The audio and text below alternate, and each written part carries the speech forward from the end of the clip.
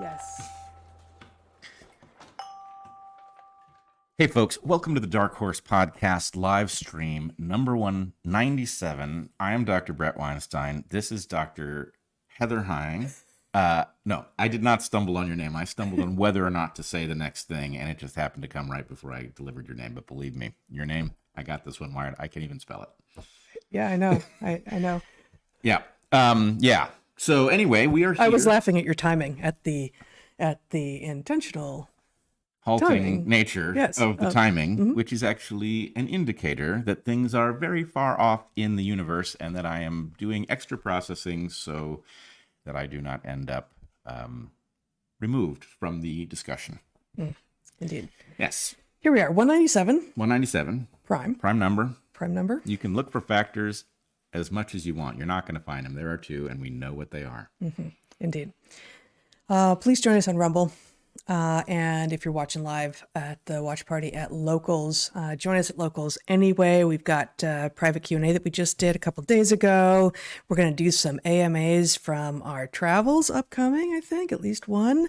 This is the last live stream that we're going to have for a little over 3 weeks, actually. We're not going to be back until November, but there will be some amazing guest episodes dropping on DarkHorse between now and then. And immediately after today's live stream, we will do a Q&A. We're going to have to keep it a little bit brief, but we're going to do that. And today we're going to talk about some of the stuff that is going on in the world, as we always do. My goodness. One thing to say more before we go on to our sponsors is that we've got some great new merchandise at our great new store. We've talked before about Jake's Micro Pizza. Which is delicious, as I keep pointing out. It's not the only selling point, but it is one of them. I will put on my mask when I'm done eating. Yes. But we also have now blueberries because accidents happen. Yep. I'm thrilled with this. We work with this just wonderful artist, and he created this from an idea that Bret had many years ago. I wanted know. to create something of this sort for the longest time, and I have lived to see it. You have lived to see it. Congratulations. Thank you. So that's at, I don't even have the store. DarkHorseStore.org. You can get those and Jake's Micro Pizza and all the rest. Epic Tabby, Dire Wolves, Pfizer, where the breakthroughs never stop. One of my favorites. Actually, in light of their stock price, it's a good week to remind people about Pfizer's role in the world. Yeah. So you can get that and more at darkhorsestore.org. But for now, before we launch into the main part of the podcast, we have, as usual, 3 sponsors right at the top.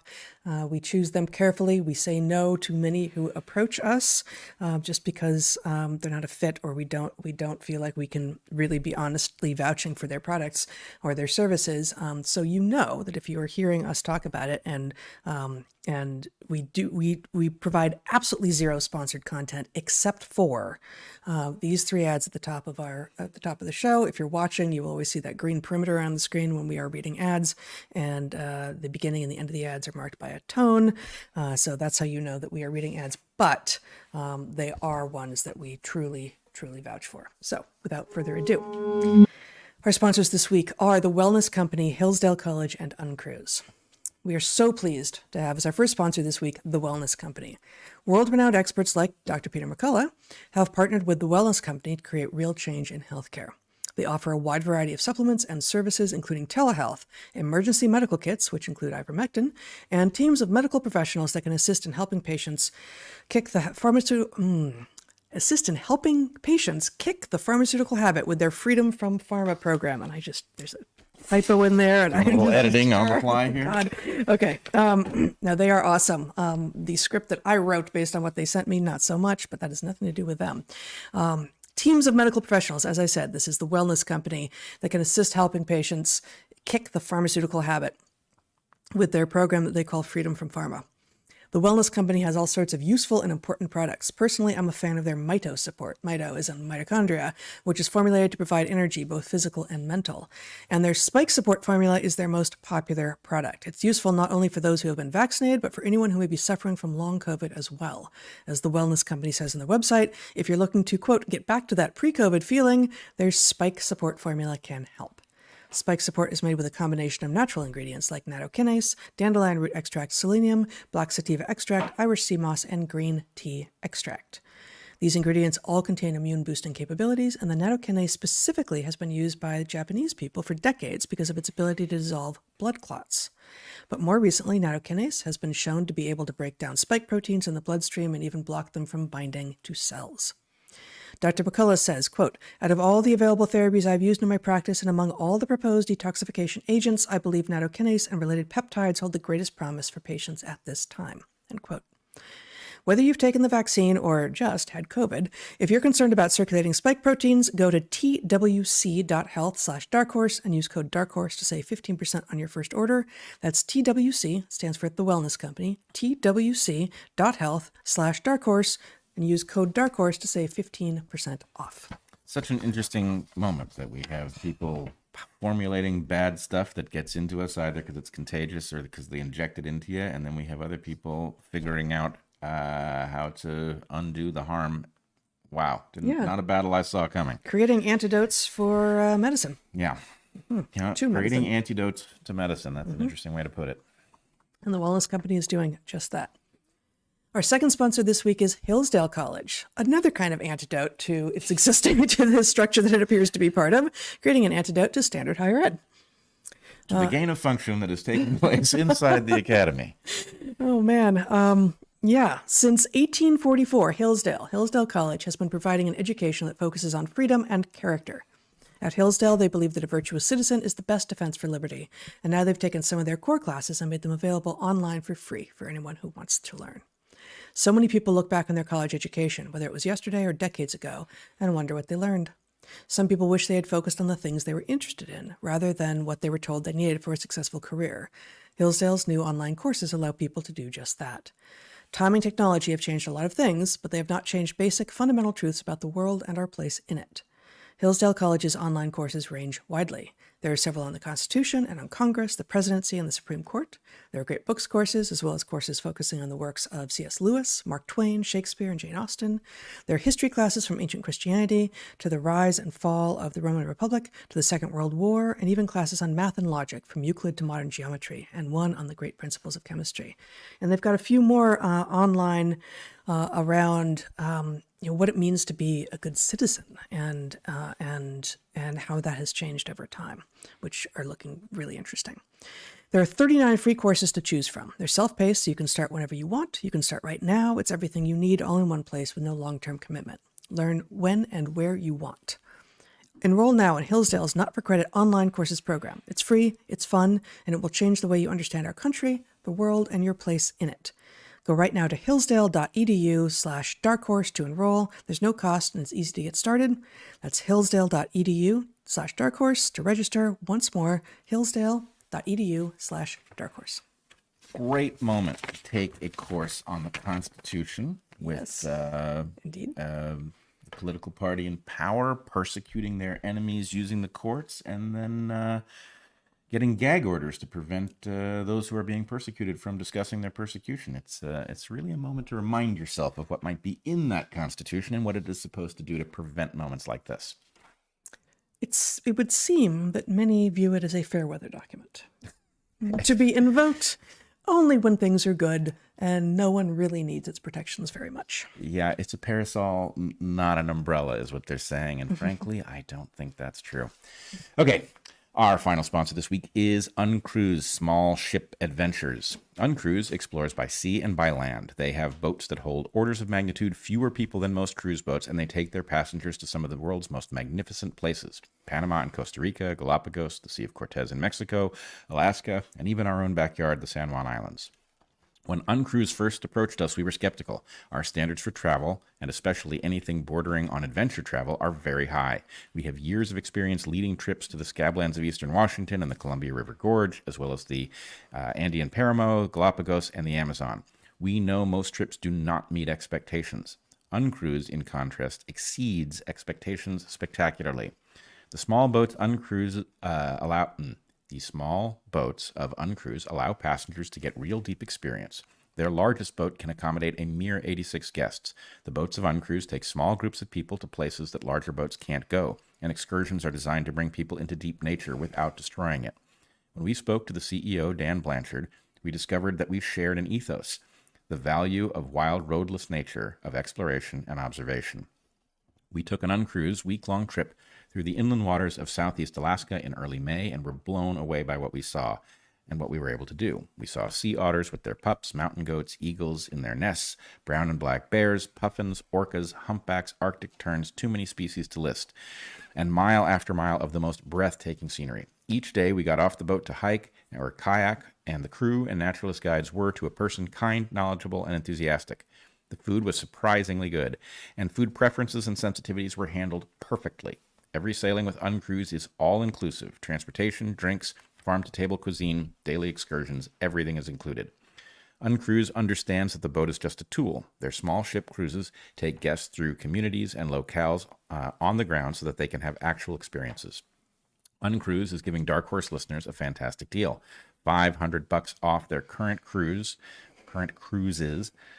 an offer that you can combine with other offers. So start thinking about winter in the tropics now, or spring trips to Alaska. Plan a trip with Uncruise today and take advantage of this great offer. Go now to uncruise.com/pages/darkhorse. Remember to save $500 on your trip. Go now, uncruise.com/pages/darkhorse. Again, that's uncruise.com/pages/darkhorse. Awesome.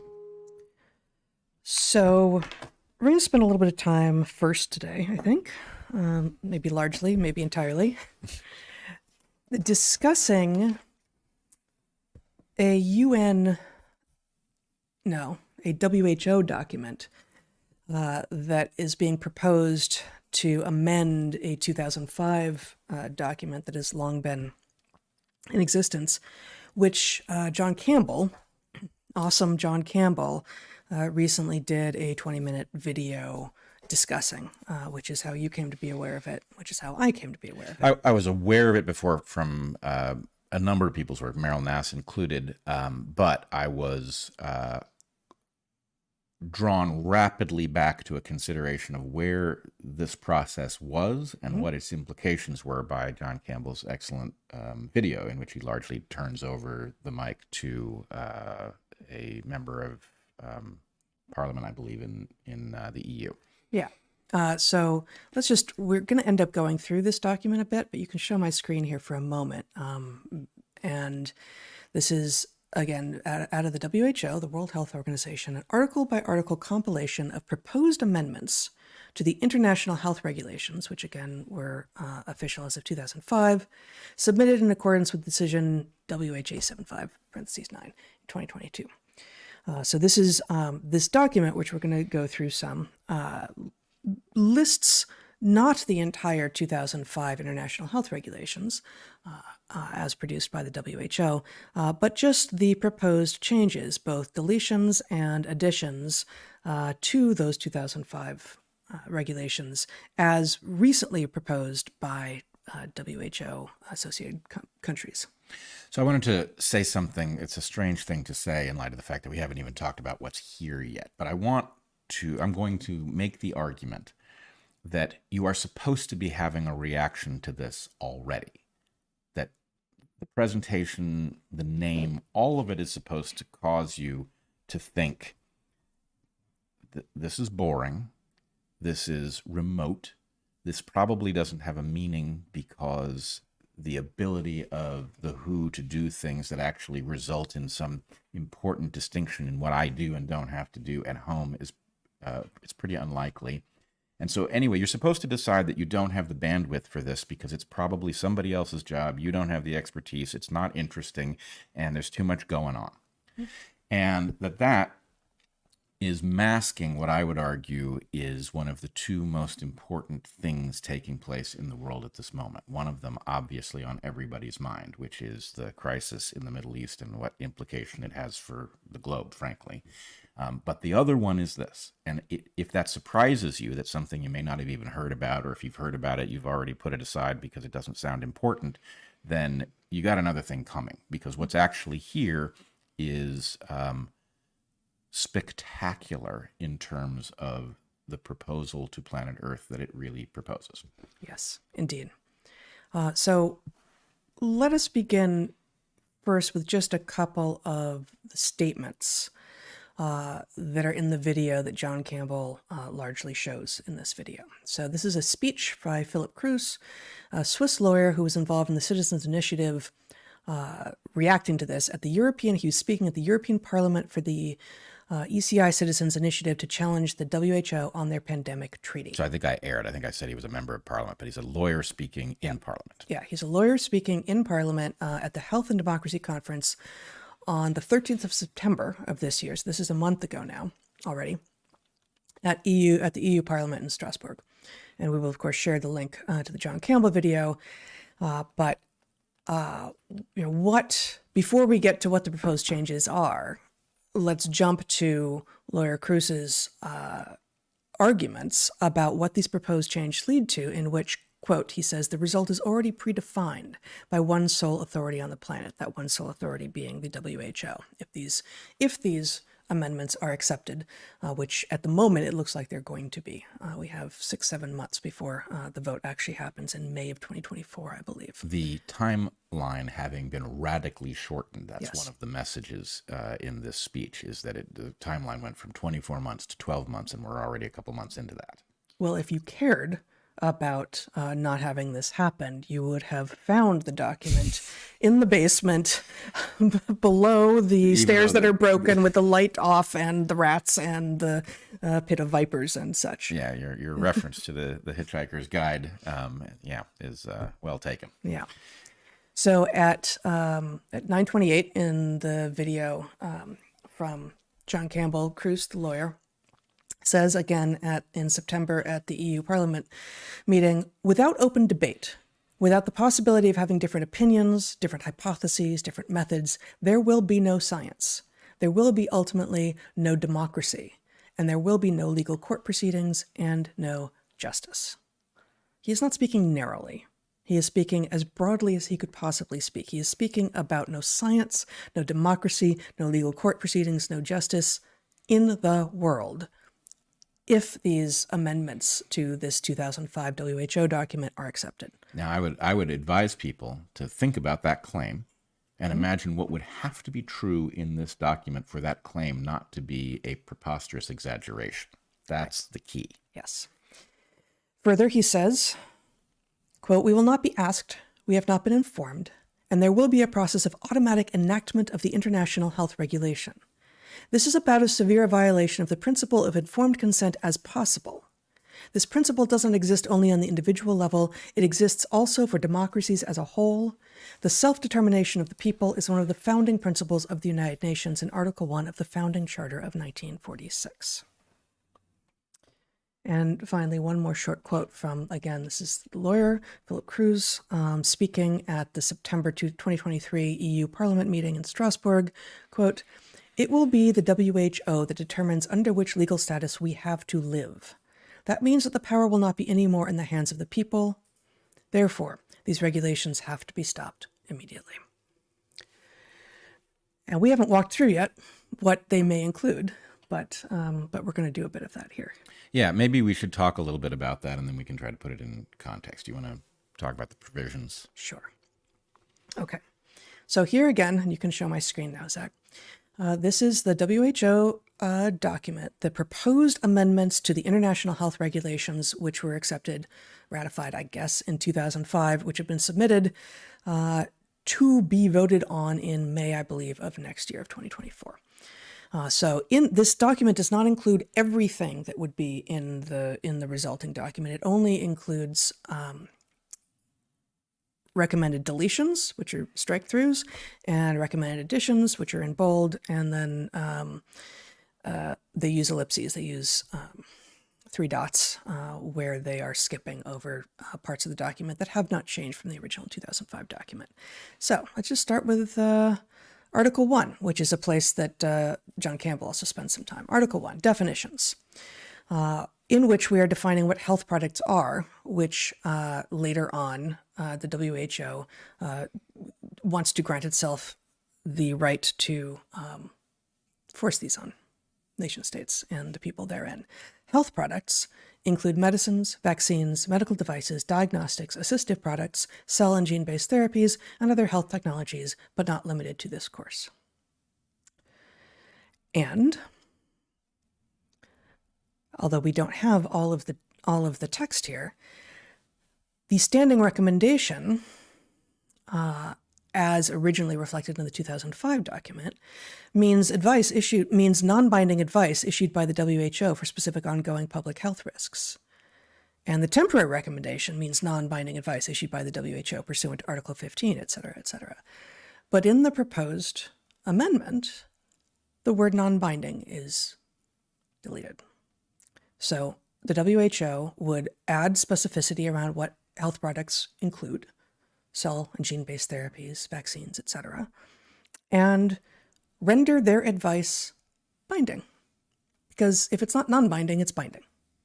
So let me just fill that in English, right? Because they're obviously, I mean, okay, so they want to delete a couple words, non-binding. That means binding. Okay, binding what? Binding recommendation. A binding recommendation for what? Well, there are two things on the list that you ought to be paying attention to.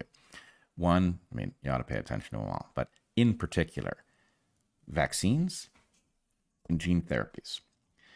What this document means is that the WHO, at its sole discretion, would like the ability to mandate information be uploaded to your immune system via vaccines, and I mean true vaccines, or potentially the borrowing of your cells to produce materials that they were not built to produce, as in the mRNA vaccines, or potentially included within gene editing, they are talking about a right to actually edit your genome that would be in the hands of the WHO through a binding piece of advice. A binding piece of advice. That means that your nation would be required to facilitate your genome to be edited or your immune system to be updated, even if there were very good arguments for not doing it. And frankly, the only argument you should need is, that doesn't sound like a good idea to me.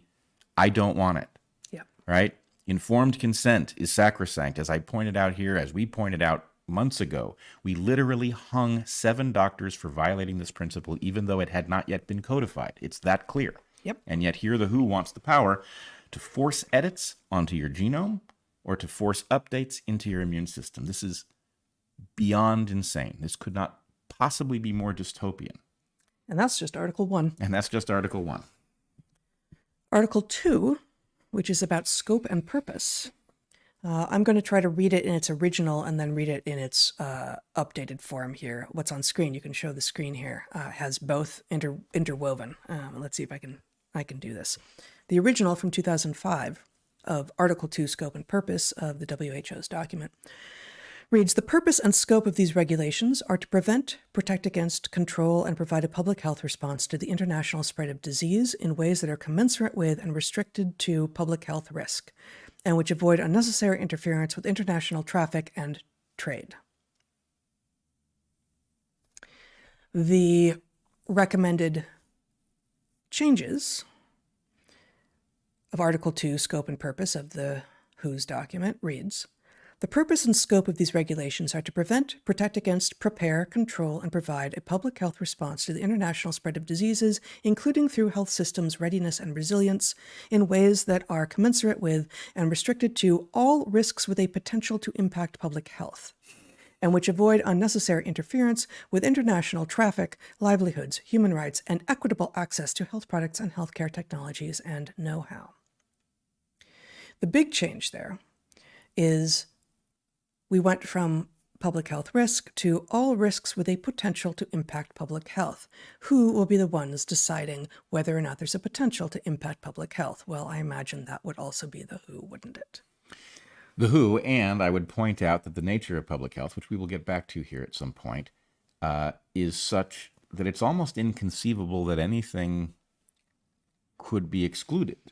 Right. Everything has the potential to affect public health. Anything that can affect individual health can affect public health. And so the vagueness of this definition the addition of the word prepare, which I'm not even sure why they need it, because they've got prevent in there. But anyway, there's some, they're thinking something.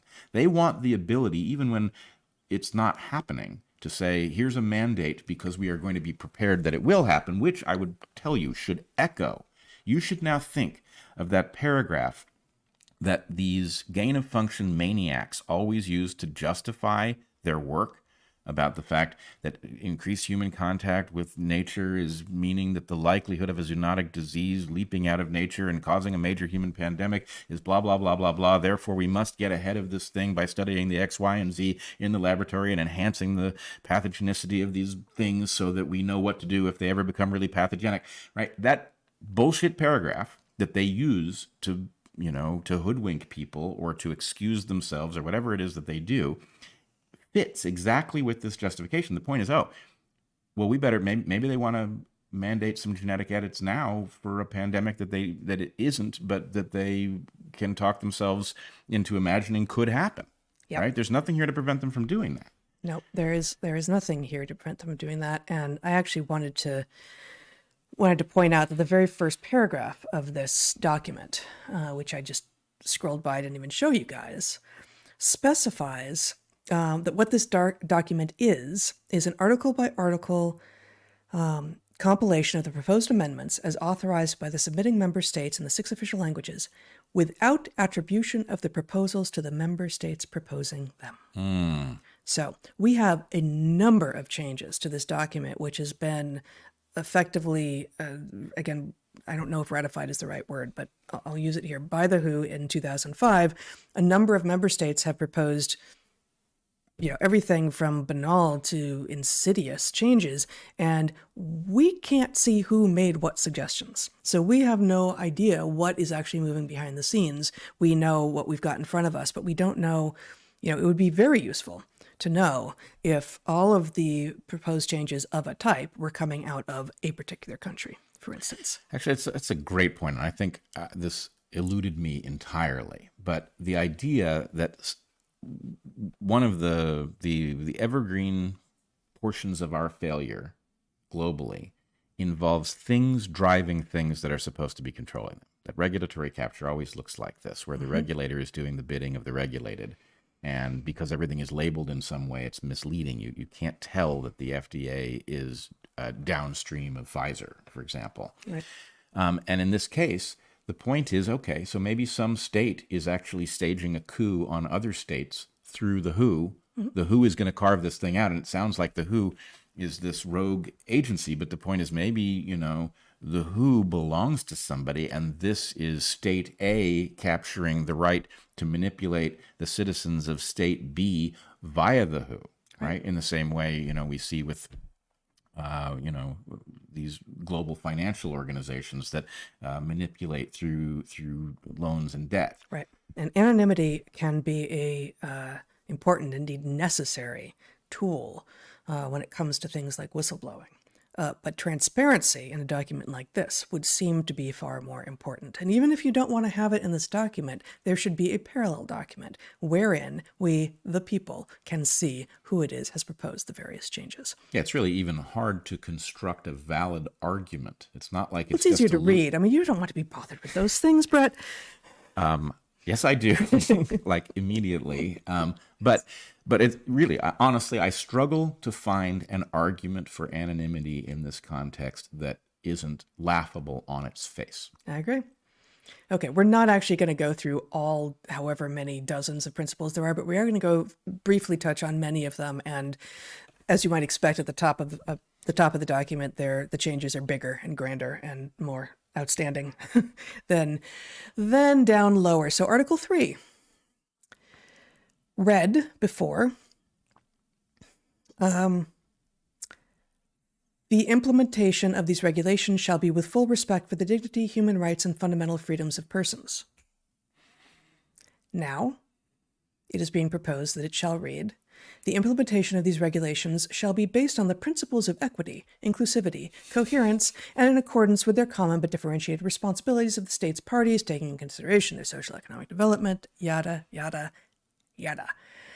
New Article 3.5, the state party shall implement these regulations on the basis of, once again, equity, solidarity, as well as and in accordance with their common but differentiated responsibilities, respective level of development of the state parties. Equity, inclusivity, coherence, I don't know how they define that, solidarity, they use the word solidarity.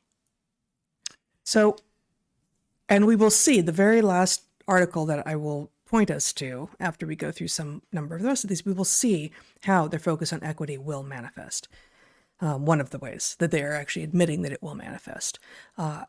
Utterly extraordinary that, and this was again a point that John Campbell made in his video, that anyone would look at a document that says that the implementation of regulations shall be with full respect for the dignity, human rights, and fundamental freedoms of persons, and take out that phrase and replace it with something that is understood by all, whether or not they think it's awesome or the opposite, to be reflective of a new social movement, of an ideology that is, it has its own acronym, right? That diversity, equity, and inclusion is a new thing. Whereas dignity, human rights, and fundamental freedoms of persons, this is ancient and this is necessary. And the WHO would have us get rid of it. Inalienable is the thing. And yet they are alienating it from us. Yes.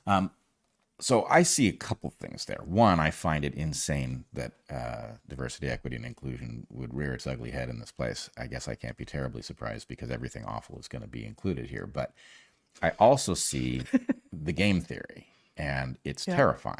Right. Because if you think about what it is, let's go back to the days in which those of us who refused the shots were being witch hunted, being accused of actually grandma killing and all of this. And also cryptically getting those shots, because obviously everyone smart did. Because of course, yeah.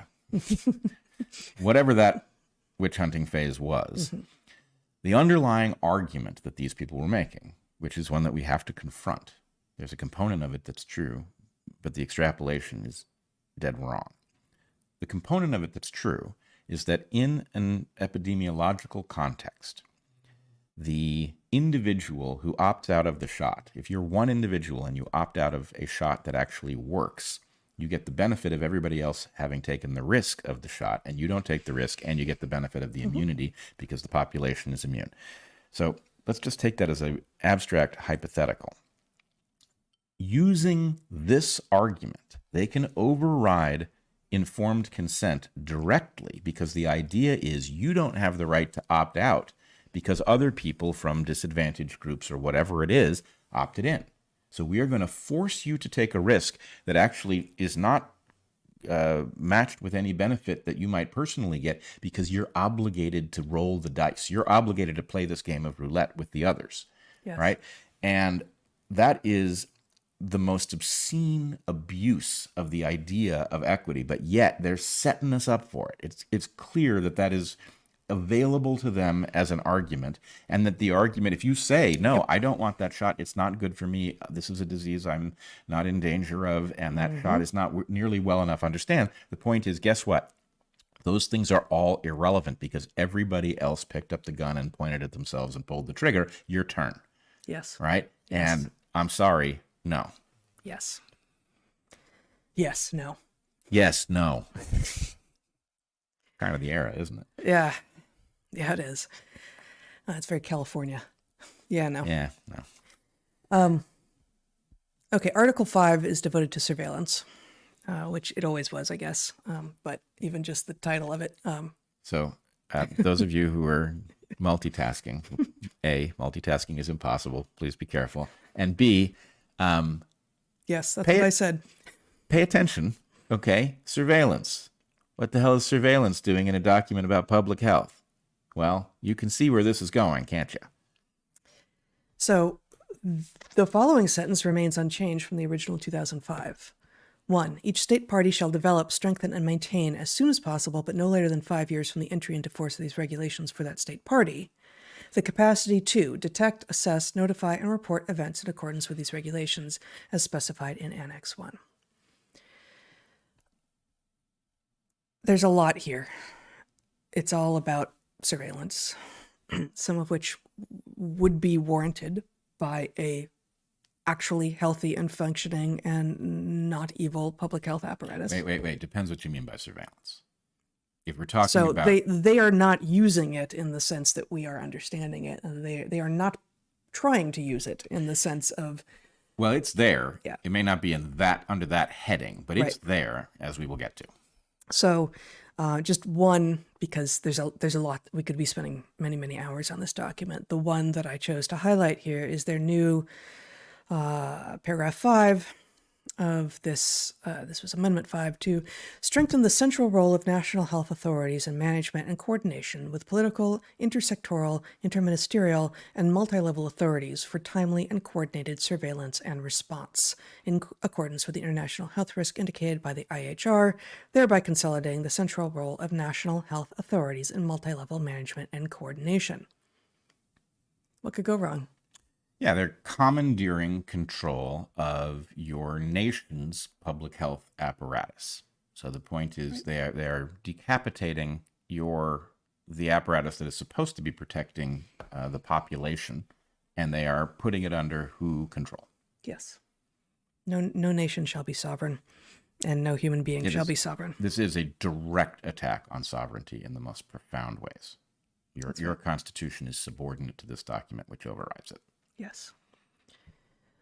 Okay, next is a ways down here. We've got Article 6 notification, information sharing, consultation, other reports. Let's see, what was the next? Again, everything that you're seeing that's in bold or struck out are changes to the proposed changes to the original document.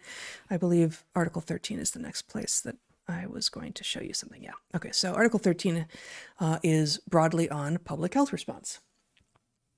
Again, the original, which is not proposed to be changed, the original first sentence reads, each state party shall develop, strengthen, and maintain, as soon as possible, but no later than 5 years from the entry into force of these regulations for that state party, the capacity to respond promptly and effectively to public health risks and public health emergencies of international concern as set out in Annex 1.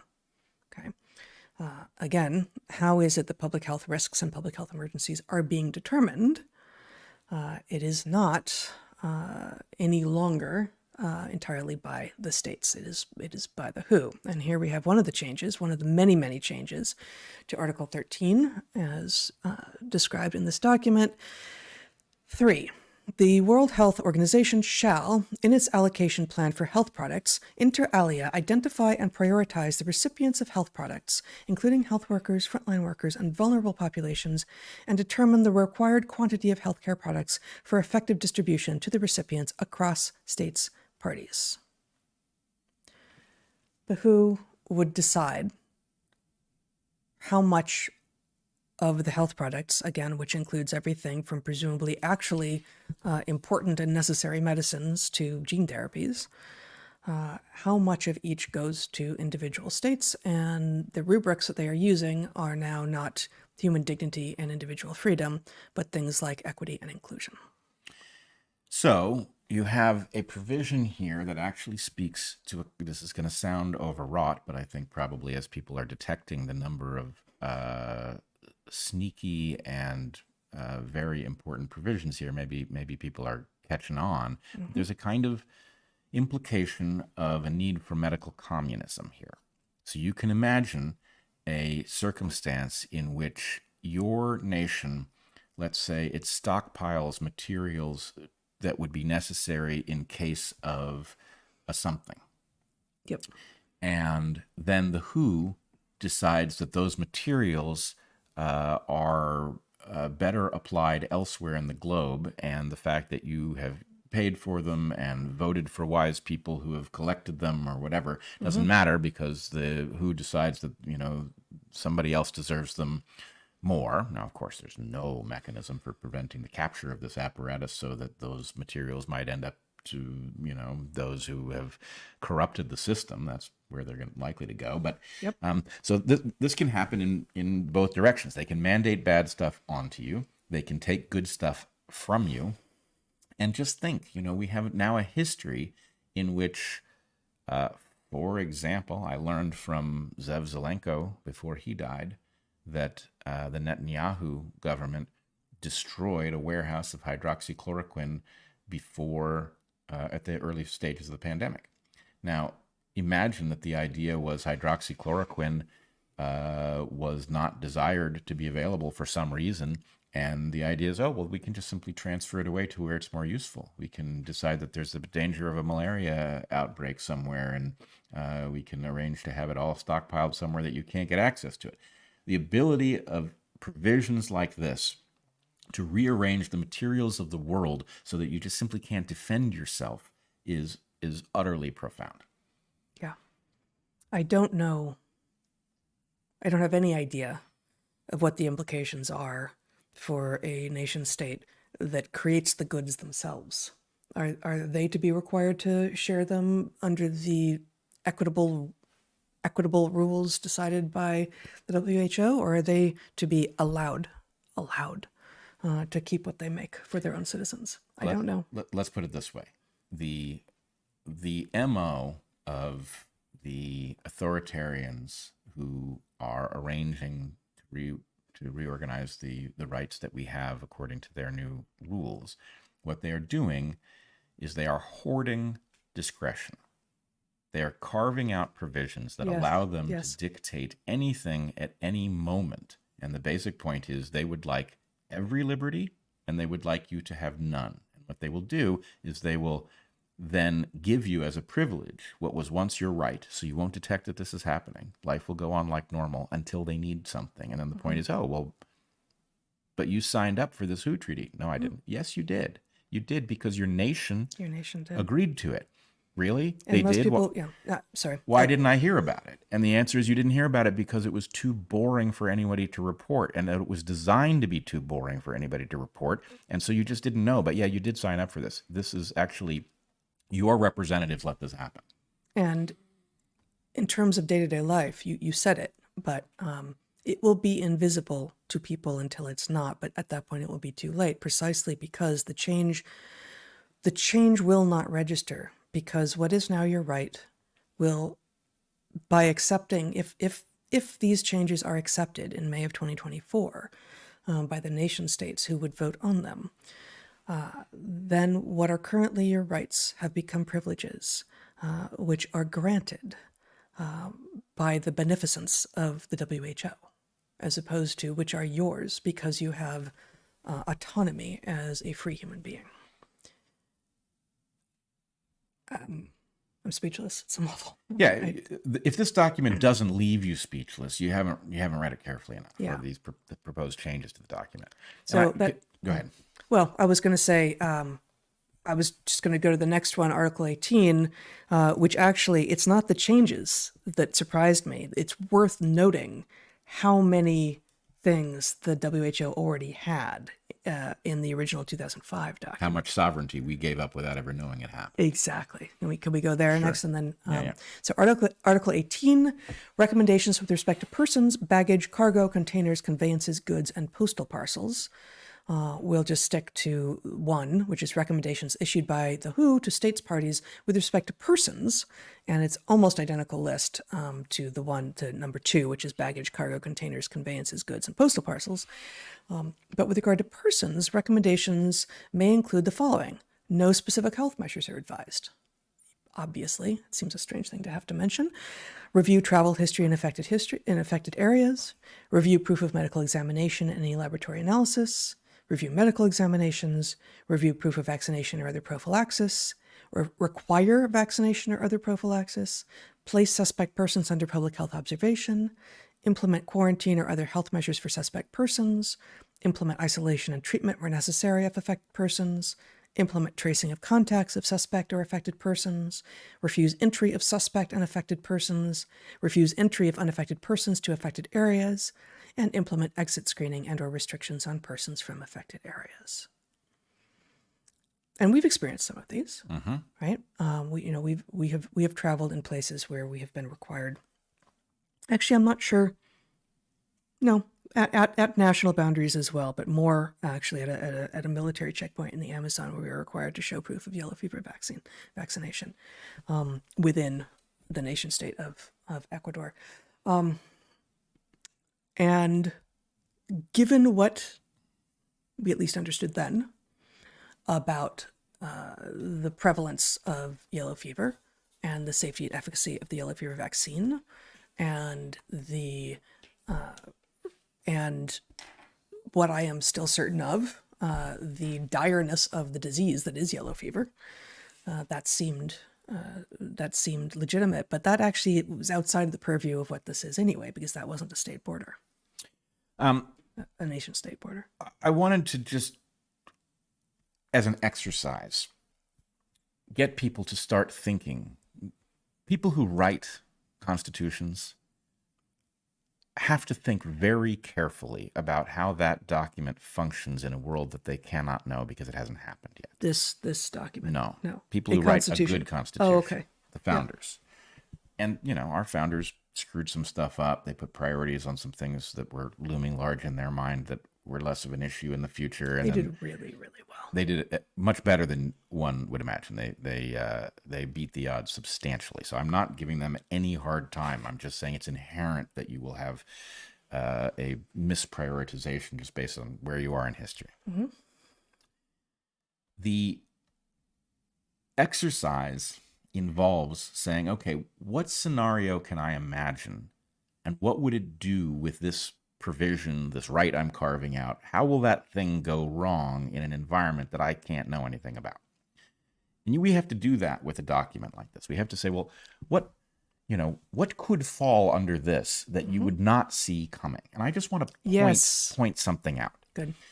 You have certainly heard rhetoric about gun violence being a public health matter. And we all understand the argument, right? That's not a clever turn of phrase. That is an argument to exert a kind of control that unhooks the Second Amendment in the U.S. The idea that there is a priority that requires a central coordination in which your normal rights would not apply. Now, so far, the Second Amendment has effectively held. But in this document, we are talking about giving, or the modifications of this document, we're talking about giving the WHO sweeping powers to define a public health emergency. Mm-hmm. There is nothing that I see that prevents them from saying, oh yes, gun violence is a public health emergency. And I would also point out that if you think about what happened at the beginning of the pandemic as the George Floyd riots happened, right? There was a debate. Everybody will remember it. You've got people gathering at a moment where you are told gathering is immoral. And the response that came back was that racism was the real public health emergency. Gathering was immoral under protest if what you were protesting was lockdown. Right. Gathering was moral if what you were protesting was racism. And racism was actually the true public health emergency. And there we have it again. Right. So guns and racism are both potentially public health emergencies, we've already been told. So what couldn't possibly fall under this purview? And what happens if you've got somebody over in WHO headquarters thinking, well, public health emergency, guns, racism, and they have the right to redistribute whatever they want on the basis of the greater good for public health and equity. Can they, let's say that the idea is that there is a war in which everybody has been caused to wave the right flag and they need some guns, and we really don't like the population having guns because there's a public health emergency involving them. Can they transfer guns to a foreign battlefield from your gun safe on the basis that your government gave away its right to object to the WHO deciding what is and what isn't a public health emergency and in what way things might be redistributed? Sounds preposterous to me. On the other hand, the number of things that are actually real facts today that I would have said 5 years ago sound utterly preposterous is too many to count. Yeah. So, and if you signed on to this document, you signed on to the WHO being able to decide what marks the equitable distribution of something yet unspecified. Right. So anyway, I guess the other place to realize this, I keep trying to tell people, when somebody invokes terrorism, you hear a linguistic turn of phrase. You might hear a claim that you say is overblown or isn't. You don't understand that they are invoking a huge body of law that you have never seen.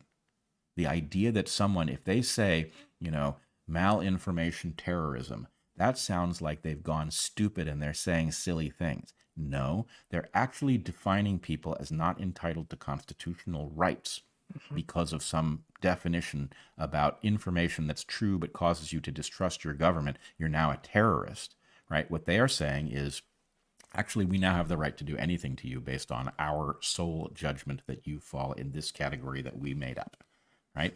That's what's going on. The game is they create perfect discretion for themselves, and they rob you of rights that you are sure you have and couldn't be relieved from you if without your notice. You're wrong. They're doing it in documents. We don't know who. We know the who, but we don't know who is actually behind this. Right. And we don't know what their objective is. So we're always behind in terms of figuring out what the game is. But nonetheless, if you just simply extrapolate from what they are saying, this is a direct hit on the sovereignty of whatever nation you live in. It is a direct hit on your individual right to refuse things like medical treatments and technologies that you don't want. A right that, we had a hanging offense. And now the point is that right is going to be quietly relieved from you. And the reason that you're not going to know is that this is being done in such a boring process that nobody, even people who would in principle be interested in talking about it, aren't going to, because it's just too much. Yeah. So there are a number of ways that this is terrifying, honestly.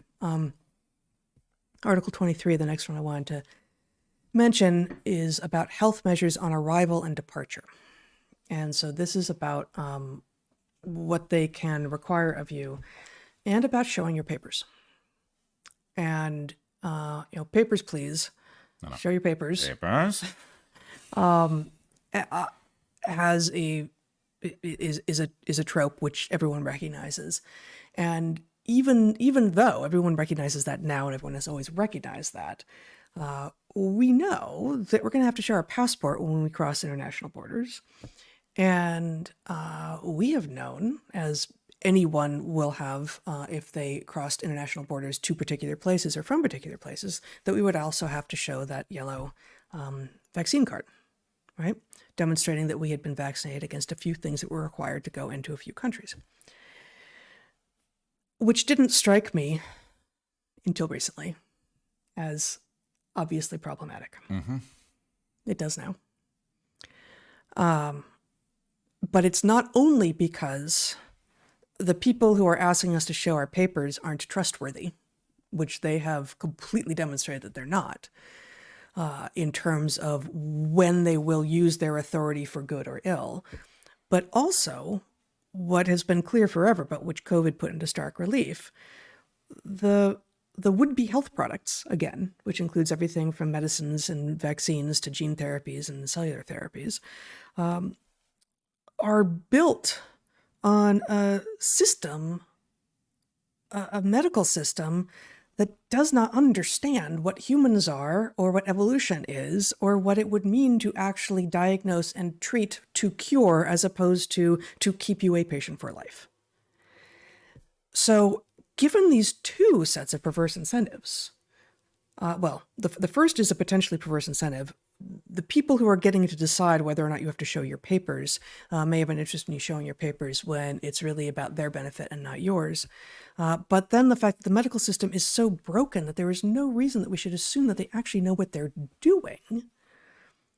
The papers and then the products that we would be asked to be forced to reveal that we have taken on the papers that we have to show are not a legitimate ask. They're just not. Well, I wanted to come back to this at the end, and maybe we will again. But I think as true as what you said is, and as profound as it is, the truth is so much more extreme. If you use COVID to diagnose the quality of the evaluation inside the global public health apparatus, how much did these people get right? Right? Yeah. The answer is, we could imagine a world in which the WHO had done a great job, had really reduced the amount of death and suffering on Earth, had reduced the spread of the virus. You can imagine a world in which you had a well-functioning global public health apparatus. If you handed that thing this document, it would still be an unmitigated disaster for sovereignty and individual rights. Yes. The idea of handing this document to an apparatus that has just proven it doesn't give a shit about people suffering and dying, or is incapable of protecting them, even if it did. I mean, why not both? I think it doesn't have the capacity, because we can see, everyone can now see. Like, most doctors don't know what they're doing. They don't understand diagnosis. They don't understand what disease is. They don't understand that actually the health of the body pre-exposure to the disease is going to affect how sick you get. It is simply unthinkable that you would take an entity that had failed as badly as the WHO failed and award them any more powers. This makes no sense. Quite the opposite would be the right reaction. What capacity does this organization have that we should remove from it in light of the fact that it appears to be incompetent or worse? Right? And so there is something about the contrast between what we just lived through, which tells us everything you need to know about what these people do with power, and the idea that we are going to hand them, levels of power that are, until now, unthinkable. We are talking about global power over the citizens of the world, this organization which has served us so poorly. So, I like you, I don't know what to think about vaccine cards and nations requiring you to take these things in order to go to X, Y, and Z place. At least I know I have the right to decide not to go there. Right. I do retain the right not to take a yellow fever vaccination if I deem that dangerous. But you're right.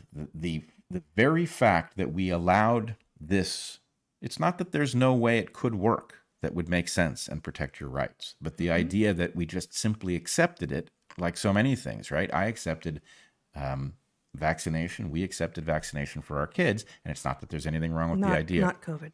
Right. Yeah. But we accepted it in a general sense before we understood the problem of adjuvants and the role they were playing in these corner-cutting vaccine technologies. Yep. And, it's a warning. We should have scrutinized this stuff a long time ago, and we didn't, in part because they did such a good job of portraying people who did scrutinize them as morally defective demons. That's right. So that mostly covers what I wanted to say about Article 23, health measures on arrival and departure, but there are a couple of interesting things here.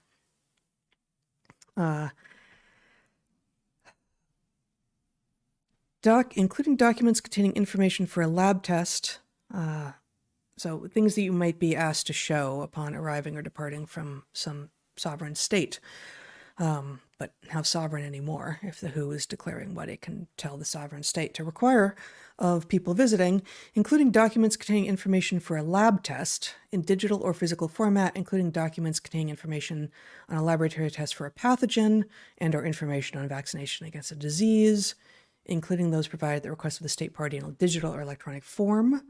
This is a new paragraph in the proposed revisions. Documents containing information concerning travelers' destination should preferably be produced in digital form, with paper form as a residual option. So I include that. If I can have my screen back here, I just want to scroll through and not make people dizzy.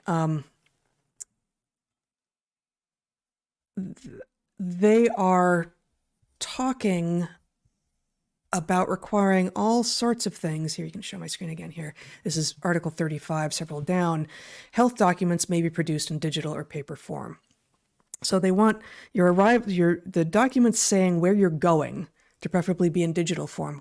Why? Why do they care particularly about that? Health documents may be produced in digital or paper form. Is that just a nod to the fact that generally, if you're traveling, where you're going exists in electronic form, and so if you can, you should show it in electronic form, and in many parts of the world, your health documents don't exist in the paper or digital form? Or is this them going, okay, we understand this can't happen yet, but really we want everything digital. We want to move everything digital. Everything has to be electronic, which, again, sounds easier. It sounds traceable. It sounds like you end up with a common place where everything lives. And paper makes more sense under a lot of circumstances and is preferable for the human being, but not for the entity who would track that human being. Well, there are a couple things in this document. I think you're going to bring some of them up here shortly. There are a couple things in this document that appear to work in the direction of people's rights. And I must tell you, given what's in this document, I don't trust it for a second. My guess is these things will be potentially used to get people to relax, and then they will quietly be changed in the next iteration or whatever it is. But my interpretation of the desire for electronic form, obviously, any person can recognize it's easier. That there's a lot of advantage in the electronic, just at a practical level. If it's a card in your electronic wallet, you're not going to lose it in the way that you might lose an actual card. But my expectation is that so many of these mechanisms of control come down to things that they can revoke. And you can imagine if you need documents that demonstrate your status relative to their mandate in order to cross borders, that they can imprison you by, if they can close your bank account because you say things that they decide are intolerable. Can they freeze you in place, right? Can they effectively lock you personally down by invalidating your electronic certificate? It's very... You maybe can't lose the card in your electronic wallet, but they could. Right. And they can't lose the physical card in your physical wallet. These people are so hell-bent on their right to extrapolate from simplistic conclusions about who is good and who is bad and who is putting the world in jeopardy, that they feel entitled to do it. Look, hey, if you are the son of a bitch spreading information that is causing the world to be in jeopardy of pathogen X, then we obviously have the right to do anything to stop you because you're Typhoid Mary. So, what does that include? Well, it includes messing with you. It includes interfering with your ability to earn. It includes interfering with your ability to keep your money safe, to spend it as you would like, to move from one place to another. The point is, once they decide that because you are an unacceptable person, they have any right that they wish in order to control you, then we have to start getting imaginative about all of the ways in which they might control us, because really this is our only hope for retaining our individual sovereignty. Yep. And as you alluded to, there are a couple of bones that we've been thrown in this document. Here we have one in Article 36, certificates of vaccination or other prophylaxis. Other types of proofs and certificates may be used by parties to attest the holder's status as having a decreased risk of being the disease carrier, particularly where a vaccine or prophylaxis has not yet been made available for a disease in respect of which a public health emergency of international concern has been declared. Such proofs may include test certificates and recovery certificates. Recovery certificates. I read that and thought, there's one little bone, right? There was a lot sort of mid-pandemic about how just because you've had COVID doesn't mean you don't need to show proof of vaccination in order to get into, fill in the venue of your choice here. And while COVID does seem to be remarkably adept at changing out from under us and eluding both natural immunity and vaccine-induced immunity to the degree that it exists, natural immunity has always been the best form of immunity to disease, and here we are, recovery certificates. Thank you, I guess. Well, so here's the problem, and look, let's just be straightforward about this. I am engaging in an exercise in which I am allowing my imagination to spot how these things will be turned against us, because obviously the alteration to this document is hostile to our interests as individuals. Right. So, in that vein, I do not believe it is paranoid to think, how might this, what appears to be a concession to natural immunity, be a weapon? And here's what I'm wondering. Given all of the other provisions that we've talked about, their ability to redistribute tests and materials and Health products as they wish, and given that there's no way that the sons of bitches who are going to mandate that they are allowed to edit our genes or force updates on our immune system, there's no way those people are going to accept the same for themselves. And so by creating this, if I can't get a test that says I've recovered from pathogen X, but they can get a test that says they've recovered from pathogen X, and therefore they are excluded from their mandate, but I am not, right? They win. So, whereas the first time that you read that provision to me, I thought, yeah, okay, they'll pull it later. Now I wonder if it's not part of a shell game where the idea is they actually want a way out because they know they can keep me from accessing it, and they can use it so that the explanation for why they never got their so-called vaccine is, well, they'd recovered from the disease, right? It's right there in the document. Yeah. Okay, two more. Article 43, additional health measures. From the original, these regulations shall not preclude states parties from implementing health measures in accordance with their relevant national law and obligations under international law in response to specific public health risks or public health emergencies of international concern. I'm going to read the original that I've got highlighted here and then read the modifications. Such measures shall not be more restrictive of international traffic and not more invasive or intrusive to persons than reasonably available alternatives that attain the... No, sorry. God, it's tough. Okay, I'm going to try to read the original again. Such measures shall not be more restrictive of international traffic and not more invasive or intrusive to persons than reasonably available alternatives that would attain... No, I think it's an error. It's an error. Attain should be in bold. Yeah. Right. Okay. So I'm sorry, guys. I'm going to try again.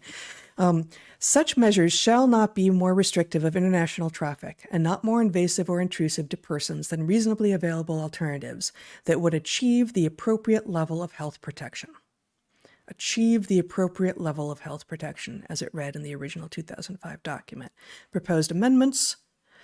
Such measures shall be based on regular risk assessments, provide a proportionate response to the specific public health risks, be reviewed on a regular basis, and shall not be more restrictive of international traffic and not more invasive or intrusive to persons than reasonably available alternatives that would attain the highest achievable level of health protection. Ouch. Yeah. So I don't know what you see there, but I see lots of games that they played during COVID for which they are now stacking the deck to make those games more effective.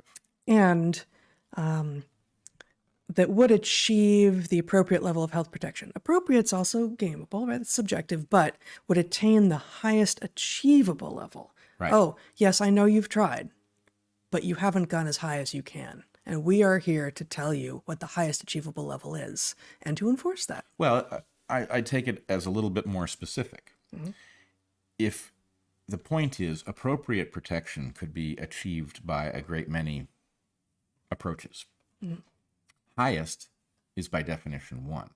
And in a world where they can game the statistics and the academic publications to make things look highly efficacious through tricks like the one that Martin Neal and Norman Fenton pointed to, then the point is, well, all they have to do is make some claim that they can point to that this is the most effective way to deal with pathogen X. And then the point is, well, it doesn't really matter what else you got going because it ain't the highest. No, we got to get to the highest. So they can shove any alternative off the map by just simply setting a thing that says only the highest, and then they can game that one. Which, of course, is also, once again, not how evolution works, not how pathogens work, right? You know, no thing in an evolving system is going to be now and forever be the most effective treatment against a pathogen that will evolve out from under your treatment. right? It is impossible. Right. And so they are imagining, they are trying to implement a static set of top-down authoritarian rules in a world which everyone knows is not static. What's more, so they've set a remedies come in a variety of whatevers, but there's a highest. It belongs to us, and you'll take it because you don't have anything that's the highest, do you? Mm-hmm. Okay. And then the other thing that they do is they say regular risk assessments. Well, what the hell did they do with risk assessment in this pandemic? Yeah. They completely gamed it to the point that people died in large numbers from their protocols, which they then counted as deaths that followed from the disease rather than from their reaction to it, which then caused the disease to look a great deal more deadly than it actually was. And so the point is, what they're carving out is, hey, we would like to define a set of standards. The only standards we will accept are the ones that we are expert at gaming, that we have completely rigged to the point that there is nothing you could possibly come up with that would deviate our course. We want to be able to rationalize a policy on the basis of a risk assessment that will be nonsense and the set of remedies which will be narrowed to one. That's what that paragraph says. And, that paragraph alone is a direct hit on your medical sovereignty and informed consent. And it's, one of dozens here that are being altered in dramatic and dire ways. Yes, indeed it is. Okay, one more. Article 48, Terms of Reference and Composition, unchanged from the original. The Director General shall establish an emergency committee that at the request of the Director General shall provide its views on A, whether an event constitutes a public health emergency of international concern, B, the termination of a public health emergency of international concern, and C, the proposed issuance, modification, extension, or termination of temporary recommendations. Okay, who shall make up the emergency committee, do you think?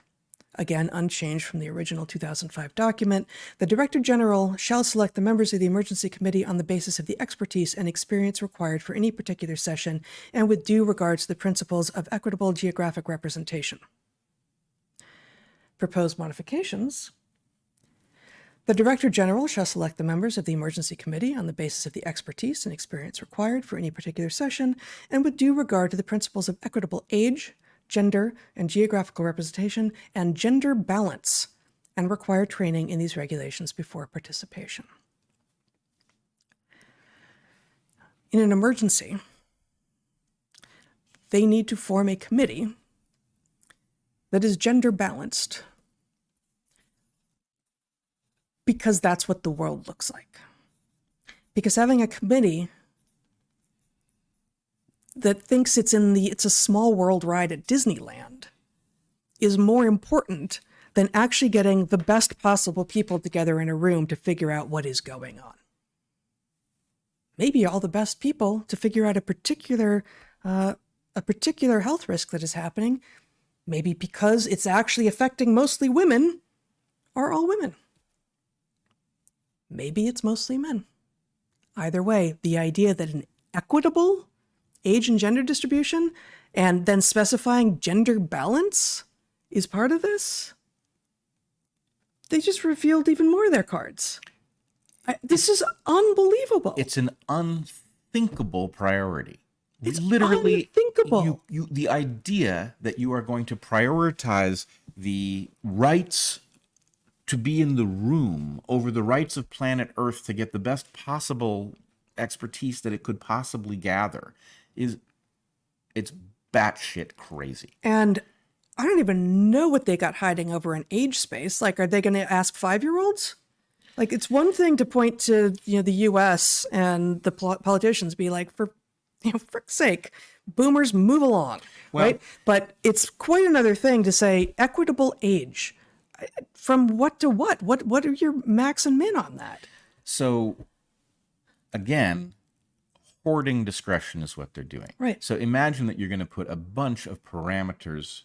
Do you remember when George Bridges created a committee to do his bidding? Evergreen President George Bridges. And he handpicked the members of a committee that then turned the college upside down. on his behalf. Handpicked the members of a committee who had the most grievances against everyone. Right. But imagine that you had a list of characteristics that sounded very noble, that was going to dictate who might be on this committee, and then somebody proposes somebody inconvenient for the committee, and it's like, well, the problem is we have too many people in this age demographic, or too many people who are, between 5'6" and 5'9", and whatever it is. And this is kind of directly relevant, but not exactly on point here. I had this happen when I was chairing the provost committee at Evergreen some years before. We had someone come in from HR and say, "But you don't have any applicants from the South Pacific. I kid you not, South Pacific." And I went like, that's amazing that's the group that we now have to care about the most. It was South Pacific Islanders. And then we had to put ads out in the relevant places. Unbelievable. Right. But the point is, it's just like, look, if you need a bespoke obstacle at a moment because your attempt to create a committee that will rubber stamp whatever garbage you're putting together, then the point is you want a long list of things to which you might appeal at the relevant moment. And that's what they're doing. And it just doesn't stop. It just doesn't stop. I mean, I'm going to stop now because that's well. So you're done. You're done with provisions. I'm done with articles and provisions, and I mean, it goes on and on and on and on. But I'm going to stop now. A whole level. The compliance committee shall be authorized. Okay. There's a whole level of this document that we're not getting to, which involves the WHO's right to control what we talk about. Okay. So I'll make this point simply. A lot of what this document means can be understood just simply by rerunning the COVID pandemic under these new provisions. Now, of course, Goliath, whatever he is composed of and whatever his game really is, Goliath is livid that his narrative collapsed under the pressure of people who weren't supposed to be listened to. He had accumulated, he had hoarded tools with which to ruin the reputation of anybody who had expertise, who stood up, anybody like you and me, who managed to figure out how to talk about these issues in real time, to simplify them so that people could understand what was being said, right?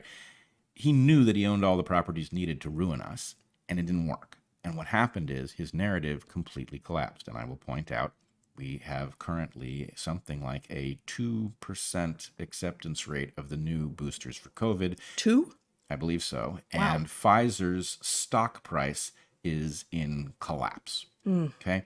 So he doesn't want to live through that again. Maybe they'll sacrifice Pfizer. Frankly, maybe they've even shorted Pfizer and they're going to allow Pfizer to capsize, and we're all going to imagine that the Wicked Witch is dead, but the Wicked Witch is just the other pharmas now. So who knows?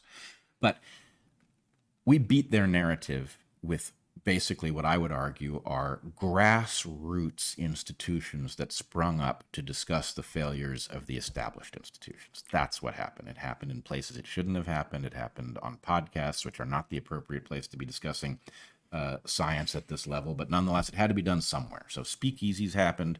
They were on podcasts. It allowed discussion of the relevant things, and Goliath is pissed. So Goliath has arranged that next time the public health emergency will allow the WHO to dictate what is discussable and what isn't and by whom. And so there are a lot of direct attacks on our sovereignty as individuals capable of having a conversation about what our interests might be and our informed consent. So I would just ask people to pay attention to that whole other line of attack, because if you think about the WHO being in a position to define people as unforgivably malinformed because the public health demands it, and to have the what would it be, to have their right to think squeezed right out of them, then this is the document, and this is and it's actually two documents. There are two different. There's a treaty level thing and a much more structural level thing. But you don't mean that we have only been looking at one of the two documents. You're talking about it's working at two levels. It is a pair of sets of provisions that function differently under who rules. So anyway, let's leave it at that. You can go and you can look at the John Campbell video. It covers this. But we have a whole an attack across the entirety of the places where we actually succeeded under COVID. And it is going to, if we don't derail it, it is going to be a disaster going forward. They will define emergencies that may not be emergencies, or they will capitalize on emergencies that are emergencies, and we will discover what all of this stuff is for then. And I guess the final thing I would say is the real public health emergency is this treaty change, right? This is a public health emergency. People are going to die as a result of the powers that these people are carving out for themselves. They have their own objectives. We don't know what they are. But from the point of view of the public health, this document is the public health emergency, and we should treat it as such. Yes, indeed.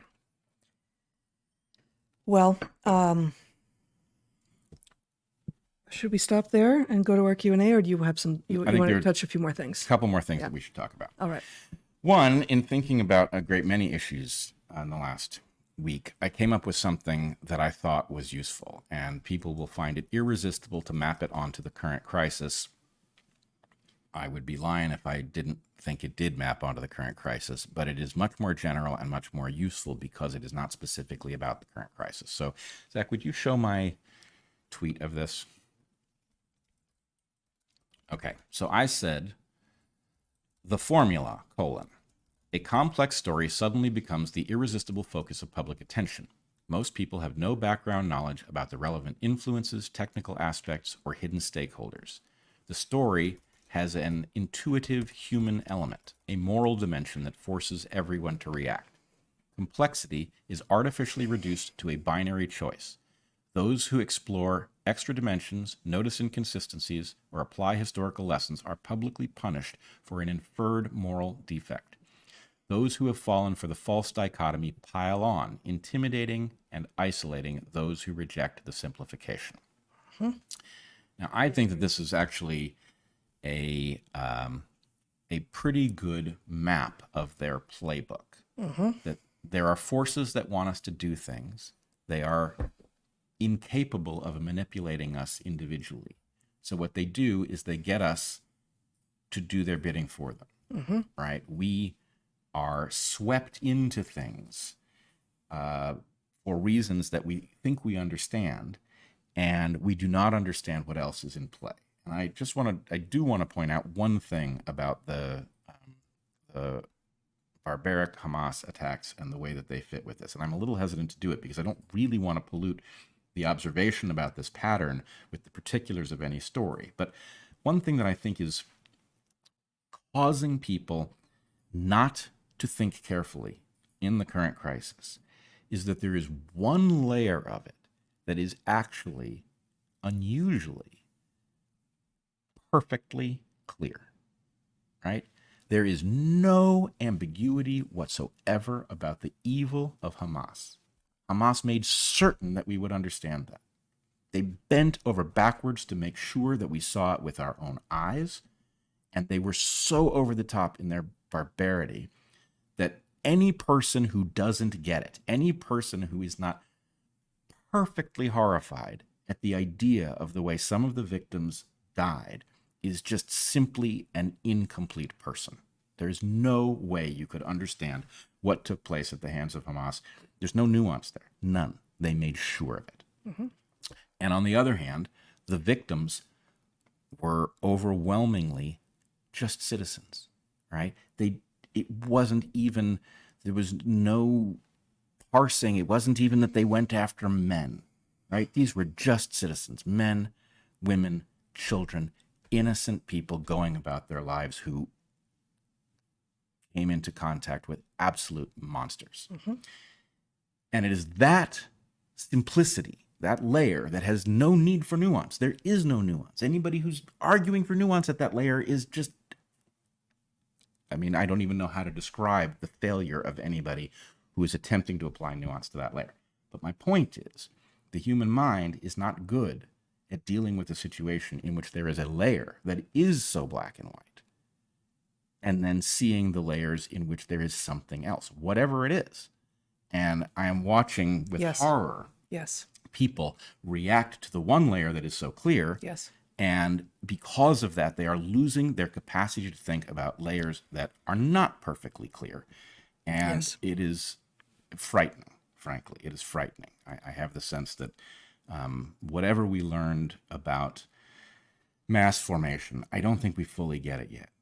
Yeah. Different people are bewildered by different crises. Some people get one crisis and they miss the next. I'm not quite sure how it all fits together, but the number of people who, because there is one crystal clear layer, cannot figure out that the other layers are not something to skip over, that they all have to be dealt with. Can I actually read something about this Sure, moment that is relevant to what you were talking about? But you can show my screen here, Zach. What I posted on Natural Selections today. It's a short piece that I call A Kind of Winning: The Shape of This Moment in Time, an allusion to the Pink Floyd lyrics that we talked about on the last episode of Dark Horse. And I'm not gonna read the beginning. We are being played. Yes, there will always be conflict. Yes, resources are finite and far too many people have far too few of them. Yes, people will come to different conclusions about what to do based on what their priorities are, who they know, what they are being told, what lives they themselves have lived.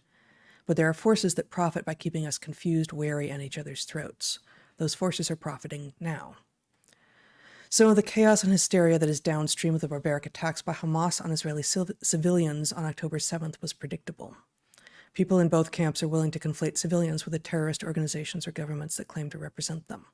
Israelis are not their government. Only one Israeli is Benjamin Netanyahu. Palestinians are not Hamas. A large fraction of people in Gaza are children. But while condemning the rape, murder, and kidnapping of festival goers should have been easy and obvious for everyone, it was not. Many instead are celebrating the brutality of Hamas. My friend Holly has pointed out that we got here in part by ignoring far too many warning signs. Welcome to the world of intersectionality, she writes. Anyone with any identity characteristics that rank high on the oppression scale is due respect, trust, deference, and entitled to have their feelings catered to the fullest extent possible. The forces that profit from our exquisite rage only need convince us that having dark skin or being Palestinian, for instance, are the most deserving identity characteristics. Add the divisive ideology of the moment, and voila, bickering on a scale to end civilization. That postmodern inflected identity politics would spill off campus in explosive and awful ways was predicted in 2018 in testimony before Congress by you. And I encourage people to click on that and watch that testimony. It's 15 minutes long. It's extraordinary. This was not long after you and I were rejected from our own campus for objecting to racism that was passing itself off as the opposite. Now, finally, the wealthy donors that so heavily fund our elite institutions have woken up and are beginning to pull their funds. And now, finally, the institutions are beginning to listen. What the left has become in recent years is a vengeful, hateful ideology that prioritizes immutable characteristics and would have its way through authoritarian means. Black Lives Matter is racist at its core, but many liberals were fooled by the name it gave to itself. The footnote there is, I was too at first. Some of those liberals erected Don't Hurt Me walls to protect themselves. Others spilled out onto the streets. There is some truth to horseshoe theory. Yasmin Mohammed is a prominent human rights campaigner who at 19 was married off to a member of al-Qaeda by her mother. She had an interview published this week, which I hope has reach. In it, she reports that her father, now dead, was from Gaza. Gaza was his homeland. He was also a loving man, a generous man, and his heart broke for the inability of the region to find peace. He blamed Hamas for this failure. Mohammed's mother, in stark contrast, is filled with hatred for Jews, but also for apostates. When Yasmin left Islam, her mother told her that she would have Yasmin killed. The anti-Semitism of sheltered white Western liberals does not have the same origins as the anti-Semitism of Yasmin Mohammed's mother, but hatred finds common ground, and from there, it grows. But all is not lost. And I go on not too much longer. It all fits together in ways that we have not fully figured out, but resisting the would-be tyranny of the who is another place where reading the abstract and saying, I'm sure it'll be fine, is not going to be sufficient. not even reading the abstract, just taking one of, I said this to you the other day. It's like we have been tricked into believing that life is a multiple choice test and that we are being constantly handed multiple choice answers to issues and questions as they arise. And when those of us who were never interested in multiple choice tests because we knew it didn't reflect reality, it could not reflect any kind of complexity, say, not A, not B, not C, not D, none of those, but not any of what you have offered is not sufficient. I want to figure out what yes. Then we get back to what you were saying. We are engaging in some sort of awful, awful behavior that cannot be, no one will stand for it, because how could we not stick to the Scantron? How could we not just take the multiple choice test as it's offered? So I want to speak to what I think is the upshot of what you're saying. There is a pattern of history. It is relentless. There's the modern version of that pattern, which is new in some ways and familiar in others. It seems obvious to me that the proper response, that is to say, the only response that actually, in my opinion, leaves human beings on a tolerably intact planet 500 years from now, is going to involve making deeply counterintuitive moves. Mm-hmm. To the extent that there are answers, it involves not becoming reflexive and doing what it is that seems obvious that you must do in the moment, which doesn't mean that reflex is never the right thing, but it means, as you point out, that our reflexes are being utilized to control us. And that has put me in what I regard as a very unpleasant position, trying to make certain points that I believe are vital in this context. In other words, I'm trying to not see the clarity of that very clear layer and be forced to embrace a set of things that are unclear because I want to proclaim just how on the right side I am, right? So there is some set of things that we have to address, complexities that are real, that have nothing to do with the innocence of the victims or the monstrousness of the villains, right? They really don't. But they do have to do with our collective well-being. They have to do with the long-term well-being of Israel and, frankly, Palestine. Both of those things are tied up in this, and we have to behave counterintuitively, which is so desperately unpleasant to attempt, because what happens, as I described in my formula for how this game works, people who are good people who do not know that they are participating in it are trying to turn up the heat so hot that you are forced to bail out into the established camps. And what that means is that if you try this, you try not to be forced, then what you end up with is accusations that you are falling flat with respect to the morally unambiguous stuff. Right. The deepest parts of your character are called into question. And it doesn't matter that you know that this is a bad rap. The point is, even just seeing yourself portrayed that way is so unpleasant that it works, that people jump. And I don't know what I'm asking people to do, but just think about whether or not, because there's a part of your mind that sees something very, very clear in front of you and you want everybody else to see it too, whether or not you are actually reducing the dimensionality of a puzzle at the bottom level, perfectly clear. At other levels, strange, and everything is riding on it. And there's no, in a circumstance where the world has so much riding on what happens, a rush to any conclusion is a mistake. And it is the desire not to leave a conversation in which we are, questioning the innocence of the victims that is causing people to say, no, actually, this is the moment to rush. And that is, I swear to you, it's a mistake. It's a terrible, terrible mistake for the world. There are forces out there that, frankly, that like war for economic reasons, right? Are you certain they're not in play here? Really? How could you be? How could anyone be? So we have to engage this better, and it's significant. Can we end on what normally would be really a very dark note, but I think in this context is actually a lighter note? I have no idea where we're going, but you want to play that video from the what is it, Whenever you're ready. the Democratic Party of Canada, National Democratic Party of Canada? Yeah. All right. So take a listen. A reminder that we will enforce gender parity at the mics, and Adrian explained the process with the yellow card as well. So please remember to give space to those who face systemic barriers and discrimination, including women, Black, Indigenous, and racialized folk in particular, people living with disabilities, and 2S LGBTQIA+ folk. Our convention has special speaker priority for gender equity. If you identify with a gender other than men for the purpose of the equity-seeking rule, you will have received a piece of yellow cardstock during the registration process.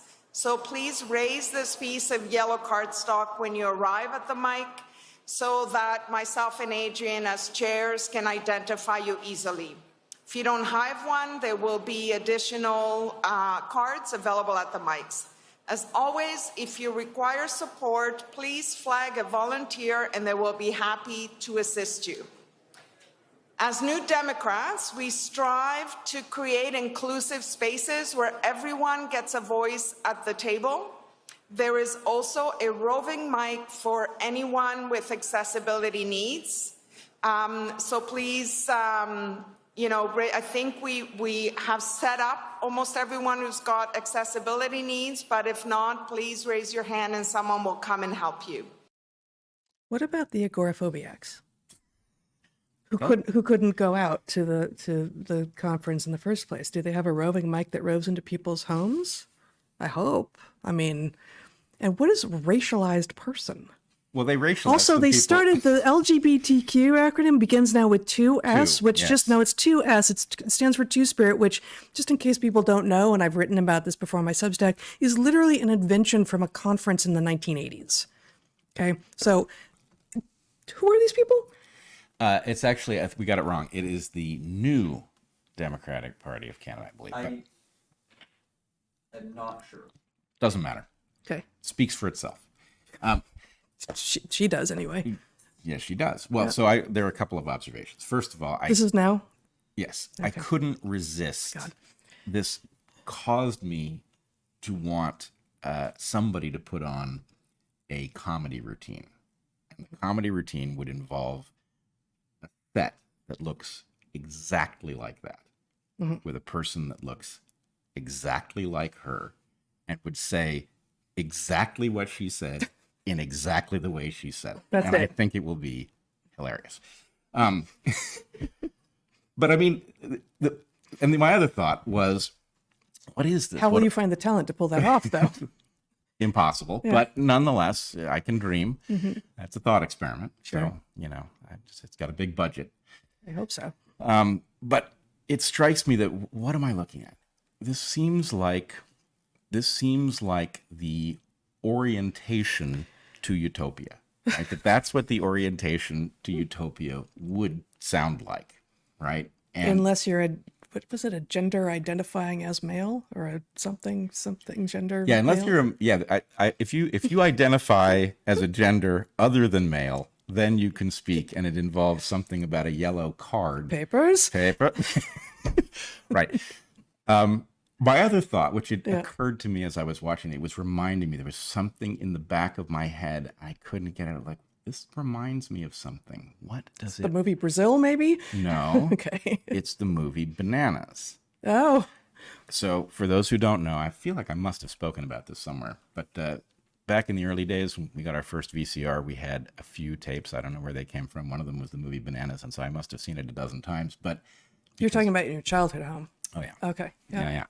yeah. Anyway, Bananas was a Woody Allen movie in which Woody Allen, the Nebuchadnezzar, Same character he always plays. same character he always plays, is trying to get laid, and the woman that he encounters, who becomes the focus of his intentions, is a deeply committed liberal who is impassioned about a revolution in a fictional Latin American country. It's Diane Keaton in Bananas is his Yeah, I think so. counter? Yeah. And so anyway, he ends up through a series of events in San Marcos, the country, and drafted in. He becomes a highly placed person in the revolution, and the revolution does manage to eliminate the dictator. The revolution about which he cares not at all. He's just trying to get into Diane Keaton's pants. Just trying to get laid. Right.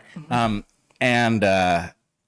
Anyway, there's a scene where the general, who is a decent character until the revolution wins, is addressing the population of the country in the aftermath of his victory. And he says, by the way, please forgive me for this. It's even worse than my singing. But he says, "Citizens of San Marcos, I am your new president.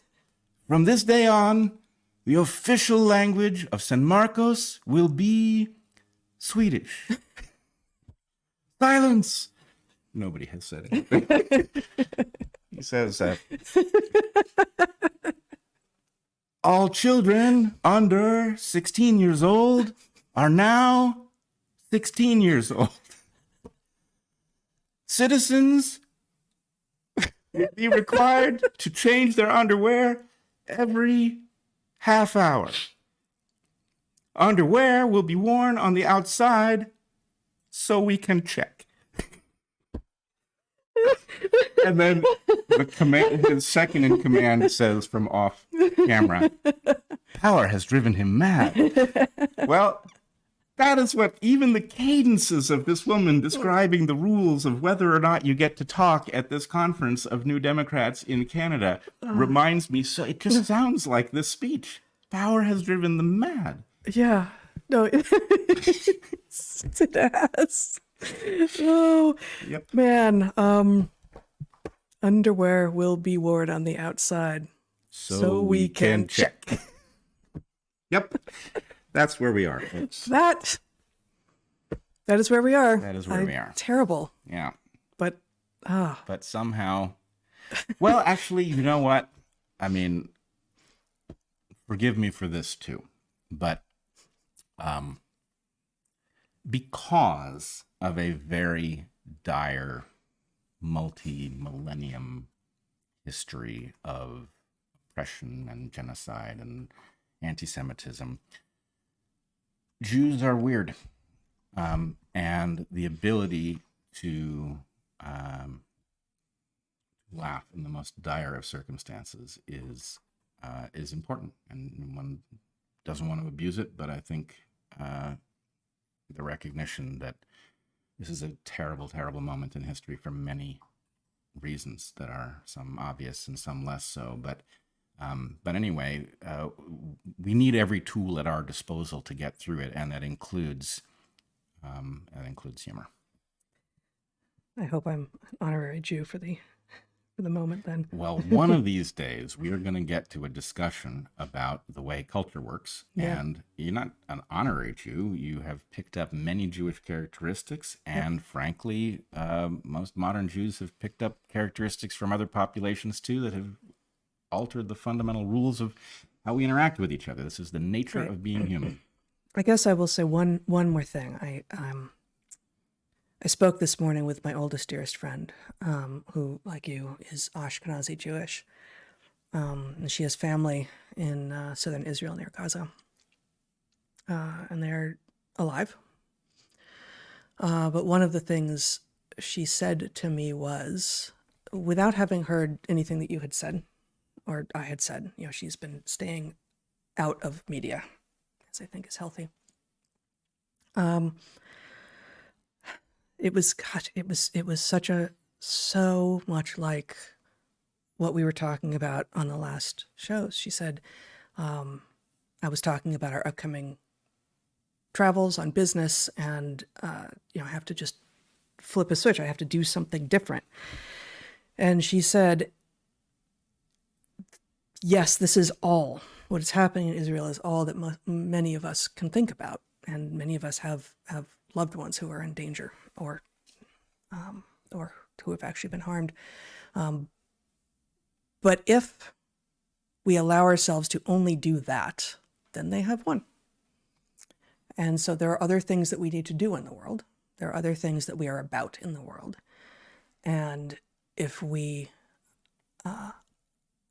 imagine that the only work that we can do right now is sort of hold that space for the people who are suffering and think about nothing else, then Hamas won, and no one wants Hamas to win. No, Hamas must be ended. It must be destroyed, and the world will be better off. And I hope it happens soon. Indeed. All right. We are going to do a Q&A today. It's going to be somewhat brief, but we'll be back in 15 minutes. And then we're not going to have another live stream for a little over 3 weeks. 3 weeks from tomorrow, we'll be back. But we'll be showing up on Locals at least once or twice from other places.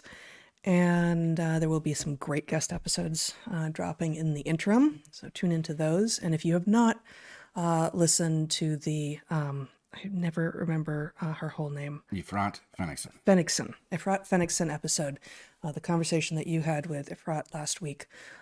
Please consider doing that. It's very, very powerful. Check out our new store, Blueberries, because accidents happen. Jake's Micro Pizza. I'll put on a mask when I'm done eating. Yum. Yeah.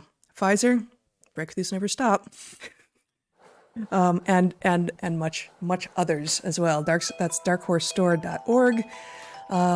You can ask questions for the upcoming the Q&A at darkhorsesubmissions.com. And we've got lots of places to find us. My Natural Selections, at my Substack, but really the place that we'd love for you to come if you're looking for a place to be able to find us and help support us is join the Rumble channel and join us on Locals. And on Locals, there's access to a lot of stuff. We've got a private monthly Q&A. We do AMAs from time to time. We're releasing the guest episodes a day early sometimes I'm told by our producer, and you can access the Discord channel there. So lots of great stuff, and I feel like I'm forgetting all sorts of things. Consider our sponsors this week: the Wellness Company, Hillsdale College, and Uncruise. And remember to like, subscribe, share, and talk with one another. Talk with people you think you're going to disagree with. Talk with people you think you're going to agree with, and maybe find that the opposite is true in both cases, and that you can learn from one another regardless. So until we see you next time, be good to the ones you love, eat good food, and get outside. See you soon.